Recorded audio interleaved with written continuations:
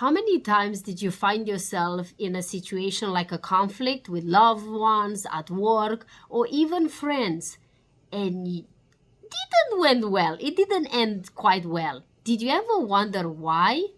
I know you might gonna say that because of them, Adriana. It wasn't my fault. Because of them, it's their fault. And you might be right about that. Look, conflicts are inevitable. That's a word I'm still struggling to say. So you know what I mean.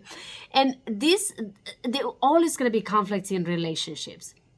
But the important is, how do we handle the relationship, and how do we handle the conflicts in our relationships? I think that's what makes the difference. Instead of viewing these conflicts as something that is a negative thing, maybe it's important to reframe our mindset and maybe look at the opportunity as a growth and a deeper understanding. You can learn about yourself, you can learn about the other person, and also you start seeing these patterns of like, why do we fight? Why, the reason behind why we're fighting.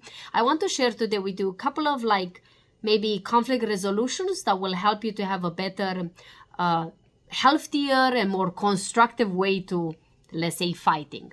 Like in the previous videos, our mentioning and talking about attachment styles and different attachment styles, and how these attachments are our way of how we respond in relationship, any kind of relationship, and how we connect with people. And conflicts are part of our relationship, any kind of relationship. So anyway, I just want to say that I have 3 things that I would like to share with you. One, I think is the biggest one, which I'm learning so much about it, is communication. And I mean like communication with clarity. When we speak about clarity, when I speak about communicating with clarity, I means like, I think it's the number one conflict resolution. Instead of using statements like, you, it's your fault, you never listen to me, a big one I used to say, use the statement that starts with I. As example, I feel hurt when, I felt this way when you said that, or when this situation happened, or whatever that situation is. Use it with I, so you take fully responsibility of you, so you don't have to finger point the other person. Another important thing I think is the second one after communication is listening, active listening. Truly listen the other person that you speak with, and they are there to speak and tell their own story and tell their own opinion. And instead of when someone speak, which I used to do so many times, like the other person speak, and I'm sure you use it that sometime too. The other person speaks, and in your mind you start preparing what you're about to say to defend yourself, and you're actually not even listening the other person what they say. Or maybe this happened to you when the other person, apparently they listened to you and you said your spiel and said your sorrow, and the other person came back to me, yeah, but you, and they actually never listened what you had to say in that moment.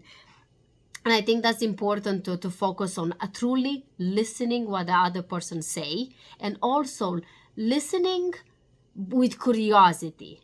And don't prepare nothing in your mind. Just listen what they have to say. Be present with them. And also one big thing, please don't interrupt the person that speaks, because I truly believe that you don't like when you get interrupted by the other person, no?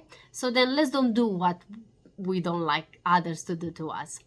And I think number 3 will be stay emotionally grounded. Ooh, this was a big one for me. I'm very volcanic, passionate person, and when it comes in any kind of conflicts, I have passion for everything, including for conflicts.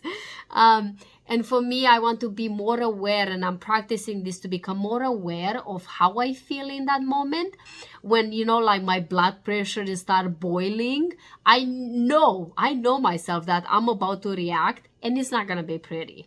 And instead of doing that, I rather just sit and in my mind become aware of what's happening in my body, the signals that are happening in my body, and also sit with me and say like, okay, I know I'm about to react because I did this before. How about this time I'm acting differently? How about this time I take a big breath in And instead of reacting, say to myself, how I would like to react. Or maybe you would like to say, maybe I cannot get a break. And if you cannot get out, extract yourself from that situation, say, look, I just need 2 minutes break, or I need a minute break. And then that will break that pattern, what is about to go.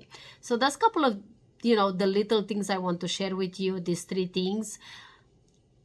Anything that has with conflict, approaching a conflict, is important to be open-minded, to be more empathic towards the other person, and always maybe like solution-orientated mindset in any kind of relationship, because I truly believe that conflicts are the ones that gonna straighten up your relationship, not actually damage it, but it's all about how you react to it. The goal is not to win the argument. The goal is actually to find the common thread and to find to understanding and have more mutual respect with each other. So put in practice these tools that I share with you, and try to, if you might not get them the first time, you might not, will be put in practice perfectly the first time, but just try a couple of times. And if they didn't work, if, things didn't work out, you can always apologize. You can always say, look, I tried, it didn't work out this time, but I'm going to try next time to, to practice active listening, or practice to be more grounded and not react volcanically, next time. So that's something that I wanted to share with you. And I truly believe that when you are honest, you can most definitely create a better understanding with yourself and your partner, and you guys can grow together. So, or even at work as well. So, share your thoughts. I would love to hear from you. Would love to hear your own thoughts and takeaways of this, and how do you resolve your own problems.